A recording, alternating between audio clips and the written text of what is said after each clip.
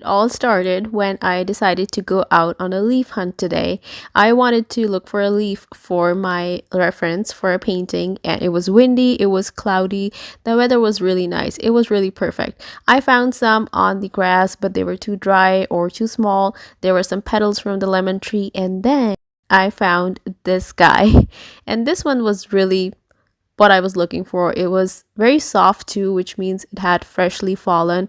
You see the wind? It was really windy. And this had green edges and beautiful shades of yellow in the middle. And then I found some other ones, but these are not fallen. At first, I did think that they had fallen, but they were actually planted. They were in the grass, they had roots. And they were also too dark to paint. Anyways, look at the wind.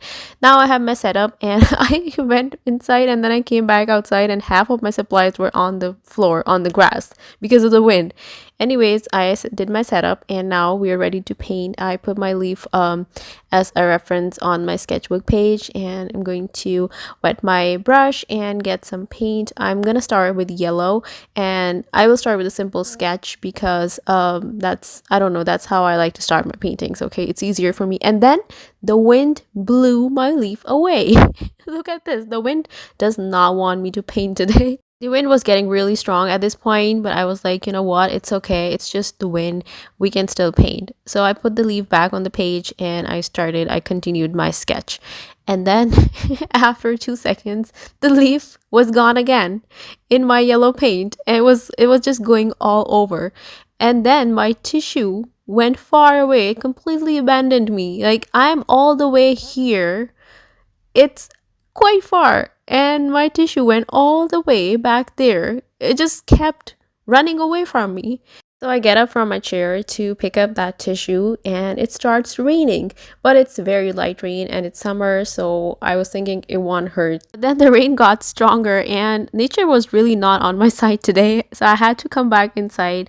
I opened my sketchbook. See this dropped? It's from the rain. Anyways, I put my leaf and I set it on the sketchbook page again, in the way that I was starting to paint it before, and I was like, okay, I'm ready to paint now. And then I realized that I don't have my paints and my paintbrush because I forgot them outside. So I had to run back outside because it had started raining, and I left my paint outside. And there they were, just screaming for help in the rain. But at least it's a watercolor palette and a little water won't hurt them, so let's take them back inside. The wind was stronger, but the rain was not as much as before now. Anyways, I was not going to risk it again, and I just came back inside to paint the rest of the leaf. Thankfully, it all went smoothly from here. I started with the yellow boundary with the yellow sketch, yellow ochre, and then look at this. This was in one of my paint pans, and I think the strong wind carried it to my palette when I forgot it outside. Anyways, it's really beautiful, and I'm gonna keep it. So I started filling the leaf in with the same yellow ochre that I used for the boundary of the leaf, and I filled it in a way that it looked like I was doing the veins, but I left some white spaces to add texture, and then I dropped in some green here and there in the leaf. It was getting really windy outside, but I'm glad I wasn't outside. Anyways, I darkened the part where the leaf looked like it was twisted, and then for the stem I did a yellow and green, and then I added some brown. I didn't know what to do with the space left on the page, so I decided to do another simple leaf. It's just very simple. I did a shape, and then I added some yellow and dropped in some greens. And then for the stem, I took my brush and the back of my brush, and then I just dragged the paint outside for the stem and did some veins. I love using this technique for the veins, especially for the veins in the leaf, because the paint pools there and gives it a more natural look. And then I wanted a background. I used 3 different colors for the background just to get a variety in my page, and also they were they felt cohesive with the colors that I used in the leaves. And then once the whole thing was dry, I took my colored pencils and started doing more details. I love using colored pencils on top of watercolors because I think it brings the whole painting to life, and I also really enjoy it. It's a lot of fun. So I did some veins and some details here and there. I really love how the green leaf turned out. Although there was a lot of chaos in this video and it was really hard to sit down and paint.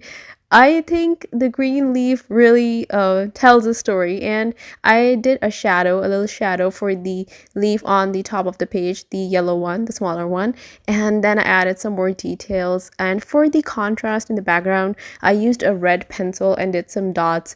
I think this looks really nice with all the three colors that I used for the background. And then I took a darker green pencil and did some more dots, but these ones are bigger than the red dots. And I just love the whole thing. I love how the whole thing turned out. Thank you, Leaf, for being my reference. And yeah, I'm gonna keep this leaf in my art shelf. And this is the final painting. I love it. I love it so much. I think I love it more than any of my other paintings that I've done till now. And thank you so much for hanging out with me through all the chaos. And I'll see you next time. Take care.